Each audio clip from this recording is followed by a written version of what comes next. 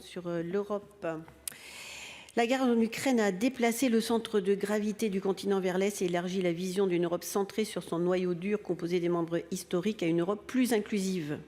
Les pays d'Europe centrale, orientale et du Nord se retrouvent au cœur de la nouvelle donne géostratégique. À titre d'exemple, la Pologne est aujourd'hui le premier pays de l'UE en matière de soutien militaire à l'Ukraine.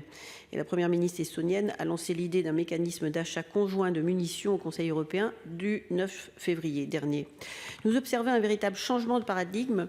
Suite au référendum, le Danemark a récemment approuvé son adhésion à la politique de sécurité et de défense commune de l'UE, mettant fin à 30 ans de non-participation du pays à la défense européenne.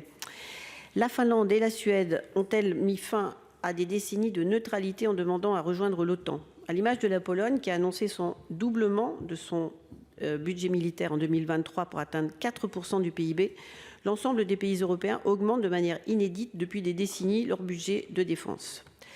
Cela mène malheureusement à l'achat massif de matériel non européen. Comme il est fort probable que cet effort sera soutenu dans le temps, il serait opportun de saisir cette opportunité pour lancer des projets industriels en coopération avec le plus grand nombre de nos partenaires européens. Nous possédons déjà des outils, à commencer par le Fonds européen de défense.